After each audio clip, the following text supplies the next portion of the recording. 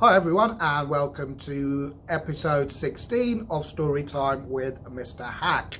We're going to crack straight on today. So we are reading this, I, Robot by Isaac Asimov, and we are currently on the fourth story of the collection. It is called Catch That Rabbit, and today we are on part 4, the final part of this story.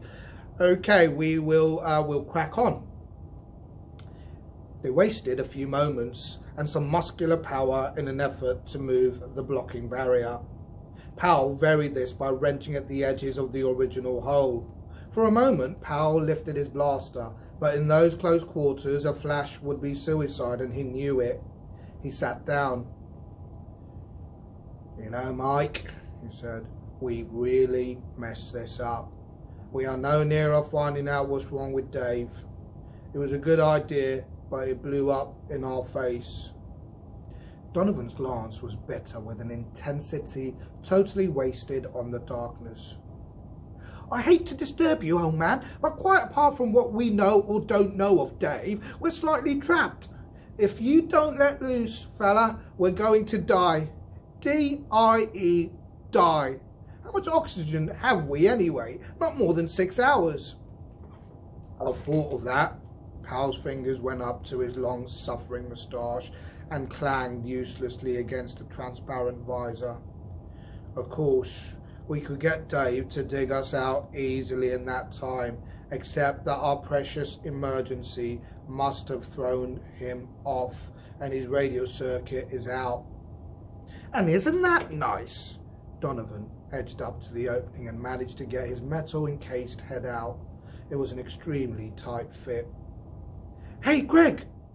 "What?" "Suppose we get Dave within 20 feet. He'll snap to normal. That will save us." "Sure, but where is he?" "Down the corridor, way down. For Pete's sake, stop pulling before you drag my head out of its socket. I'll give you your chance to look." Powell manoeuvred his head outside. "We did it all right. Look at those saps. That must be a ballet they're doing." "Never mind the snide remarks. Are they getting any closer?" "Can't tell yet. They're too far away. Give me a chance. Pass me my flash, will ya? I'll try to attract their attention that way." He gave up after 2 minutes. "Not a chance. They must be blind. Uh-oh, they're starting towards us. What do you know?" Donovan said. "Hey, let me see." There was a silent scuffle. Powell said, "All right," and Donovan got his head out. They were approaching. Dave was high-stepping the way in front, and the 6 fingers were a weaving chorus line behind him. Donovan marvelled. "What are they doing? That's what I want to know. It looks like the Virginia Reel, and Dave's a major domo, or I never saw one." "Leave me alone with your descriptions," grumbled Powell. "How near are they?" "Within 50 feet, and coming this way. We'll be out in 15 min." "Oh? Huh? Hey!" "What's going on?"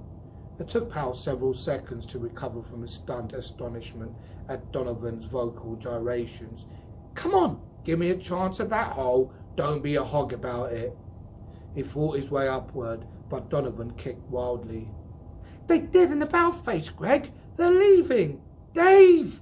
Hey, Dave!" Powell shrieked. "What's the use of that, you fool? Sound won't carry." "Well then," panted Donovan, "kick the walls, slam them, get some vibration started. We've got to attract their attention somehow, Greg, or we're through." He pounded like a madman. Powell shook him. "Wait, Mike, wait. Listen, I've got an idea. Jumping Jupiter, this is a fine time to get round to that simple solutions, Mike." "What do you want?" Donovan pulled his head in. "Let me in there fast before they get out of range." "Out of range? What are you going to do? Hey, what are you going to do with that detonator?" He grabbed Powell's arm. Powell shook off the grip violently. "I'm gonna do a little shooting." "Why?" "That's for later. Let's see if it works first. If it doesn't, then..." Get out of the way and let me shoot. The robots were flickers, small and getting smaller in the distance.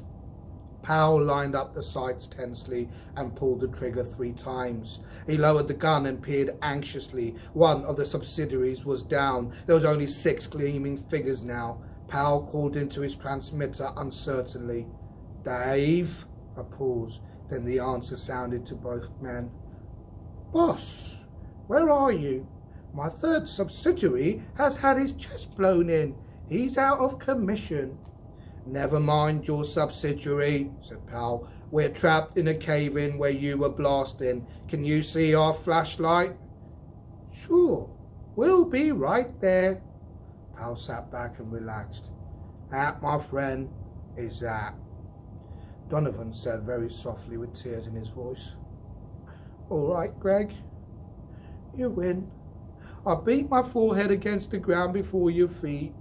Now, don't feed me any bull. Just tell me quietly, what's it all about?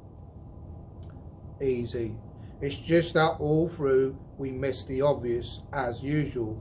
We knew it was the personal initiative circuit and that it always happened during emergencies, but we kept looking for a specific order as the cause. Why should it be an order? Why not? Well, look, why not a type of order? What type of order requires the most initiative? What type of order would occur always, almost, only in an emergency? Don't ask me, Greg. Tell me. I'm doing it. It's the 6-way order. Under all ordinary conditions, one or more of the fingers would be doing routine tasks requiring no close supervision. In the sort of offhand way our bodies handle the routine walking motions. But in an emergency, all 6 subsidiaries must be mobilized immediately and simultaneously. Dave must handle 6 robots at a time, and something gives. The rest was easy. Any decrease in initiative required, such as the arrival of humans, snaps him back. So I destroyed one of the robots. When I did, he was transmitting only the 5-way orders. Initiative decreases, he's normal. How did you get all that? Demanded Donovan. Just logical guessing. I tried it and it worked. The robot's voice was in their ears again. Here I am. Can you hold out half an hour? Easy, said Powell. Then to Donovan he continued. And now the job should be simple. We'll go through the circuits and check off each part that gets an extra workout in a 6-way order as against a 5-way. How big a field does that leave us? Donovan considered. Not much, I think. If Dave is like the preliminary model we saw back at the factory, as a special coordinating circuit, that would be the only section involved.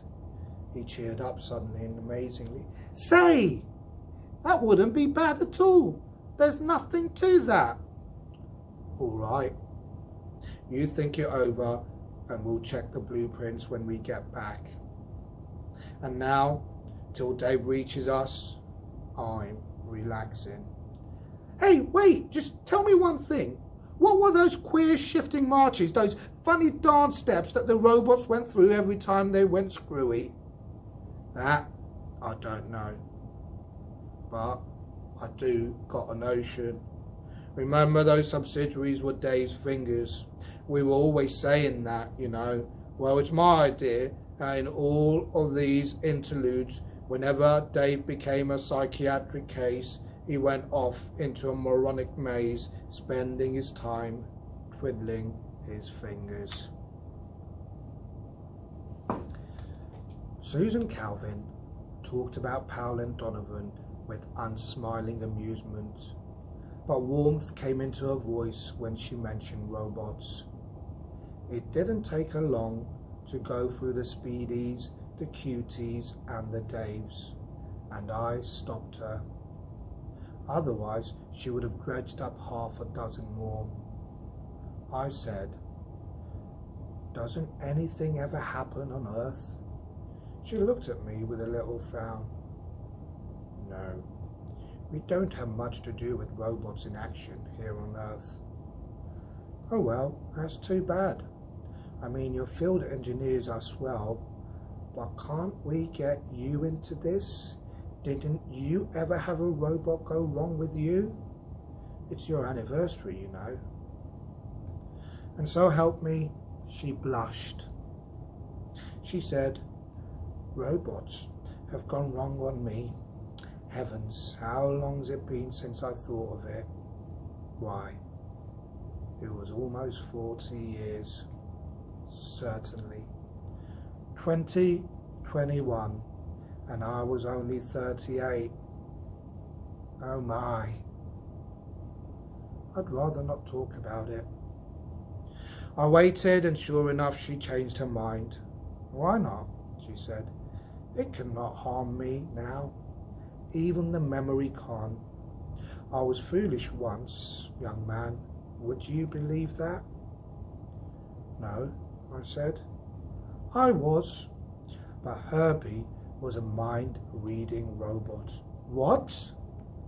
Only one of its kind. Before or since. A mistake. Somewheres. Brilliant. Okay, so that sets us up for the next story, which we will read. This is called Liar, and presumably we will finally hear about Susan Calvin herself. So just a reminder for those of you who have lost track a little bit.